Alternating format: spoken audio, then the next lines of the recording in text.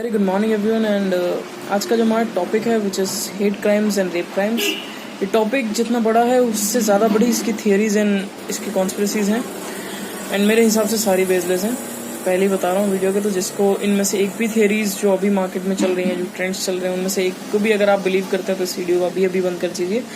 And इस video की कोई स्क्रिप्टिंग नहीं हो। इनफैक्ट आप देख रहे हैं कि मैं मेरे घर के बाहर बैठा हूँ, सम नॉइज़ भी आएगा, थोड़ा बहुत डिस्टर्बेंस भी आएगा एंड बट इतना ज़्यादा मेरा इस वीडियो को बनाने का मेजर मूड नहीं था। बट जो सोशल ट्रेंड्स मैंने देखे हैं इसके लिए I have to give an answer and make my point clear. So start करते हैं कुछ थियरीज जो आए हैं अभी ट्रेंड्स में। पहली थियरी इज पॉर्न वॉचिंग। पहली थियरी ही मैंने थोड़ी ज़्यादा कंट्रोवर्शियल रखी है बिकॉज मेजर ब्लेम इस पे ही डाल दिया जा रहा है कि this is the reason India highest rating पे है in watching porn, so this is the reason. In fact Indian government ने बैन भी कर दी है, फिर भी उसकी वॉचिंग तो बंद नहीं हो रही है, वीपीएन एंड सब चालू है। But is this the reason?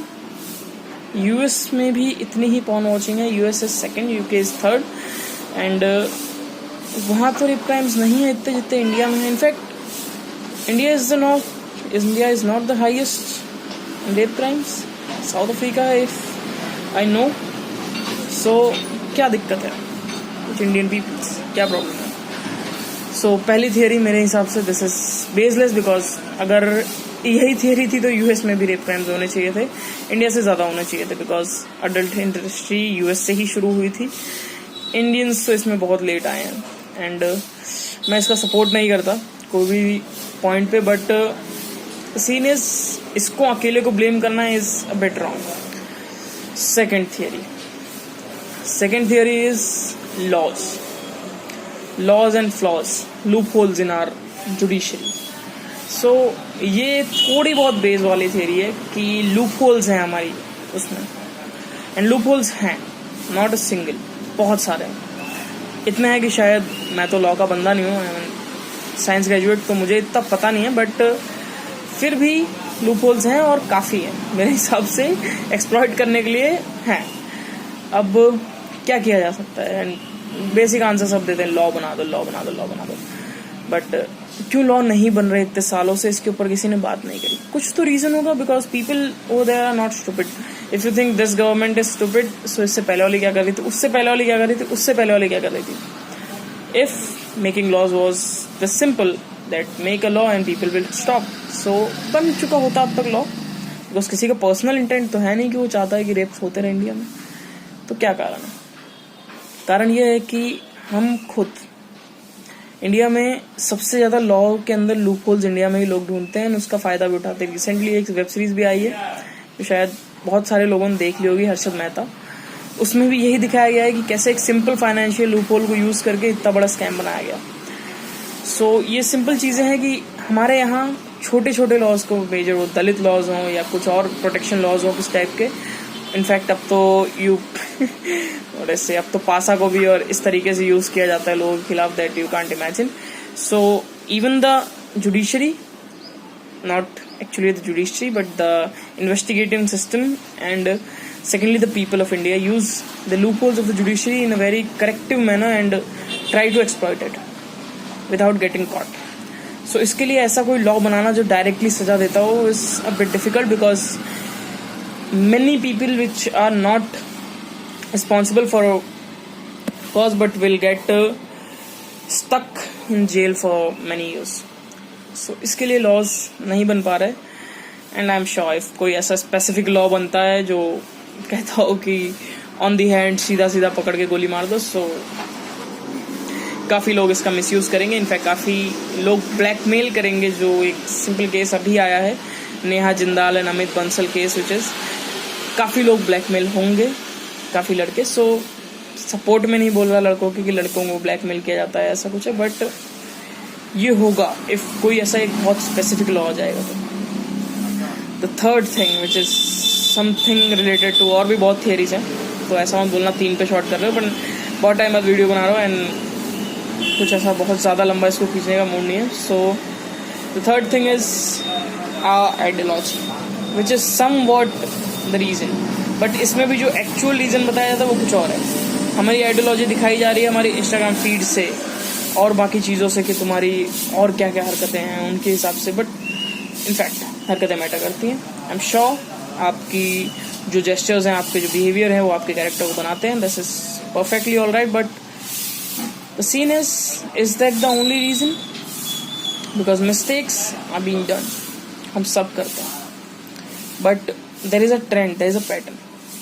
कभी कोई ऑल ऑफ अ सडन कुछ बड़ा नहीं करता, ठीक है? ये हम पहले 4 पैरों पे तो नहीं, 2 हाथ और 2 पैरों पे चलना सीखते हैं, then we start walking on 2 legs. So there is some trend. Trend क्या है? ट्रेंड ये है कि हम कुछ करते हैं, उससे सामने वाले को तकलीफ होती है, वी नो दैट, एंड सामने वाला हमें बताता नहीं है। फर्स्ट थिंग, सामने वाला हमें बताता नहीं है कि उसे प्रॉब्लम हुई है, एंड हमें लगता है कि उसे अच्छा लगा है, and second time we do that in a more extreme manner, and सामने वाला फिर से नहीं बताता, हमें लगता है हमने और अच्छा काम किया। Third time it goes on something very big. So क्या इसमें सॉल्यूशंस हैं? 2 सॉल्यूशंस है मेरे हिसाब से। First thing is for the girls and second is for the boys. For the girls, first thing, ये मैं जेन्युइन लाइफ की बात कर रहा हूँ, not only in reps but genuine. आपको कभी भी किसी भी टाइम पे ऐसा लगता है that you are feeling uncomfortable because of any behavior, so on the point, on the mark, don't look around, just speak to that person that I am not feeling comfortable, and I think that's all right. If you tell someone that you are not feeling comfortable because of the actions, it's okay. I don't think it's a big deal, specifically if the task is not big. If someone is flirting with you and you are not feeling okay, so you can just put your hand and say that, bro, just be a little gentle with me, I don't like this kind of nature. सबके लिए नहीं है, because कुछ लड़कियां बोलेंगे हमें तो पसंद है, तो ठीक है।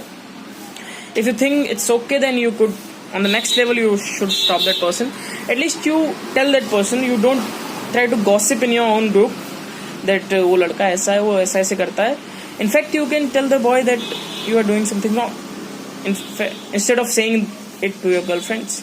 सो be careful with that. This is the first advice, and the second advice is for boys, which is start feeling the guilt.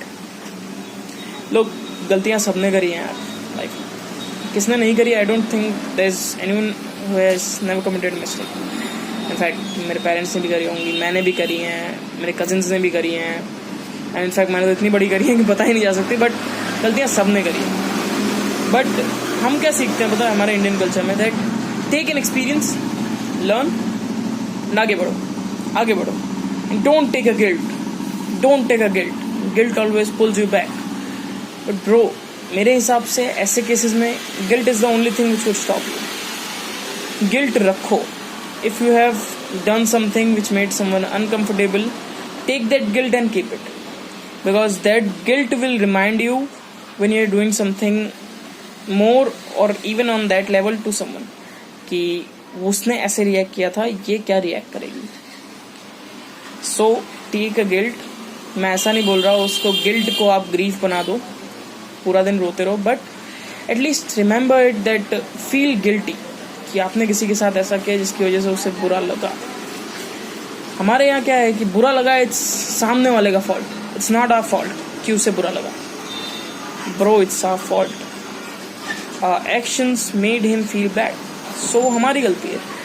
उसका दिल कमज़ोर था, दिस इज़ नॉट पॉसिबल। दिल सबका उतना ही बड़ा होता है, the same weight, the same size. So किसी का दिल बड़ा छोटा नहीं होता, ठीक है?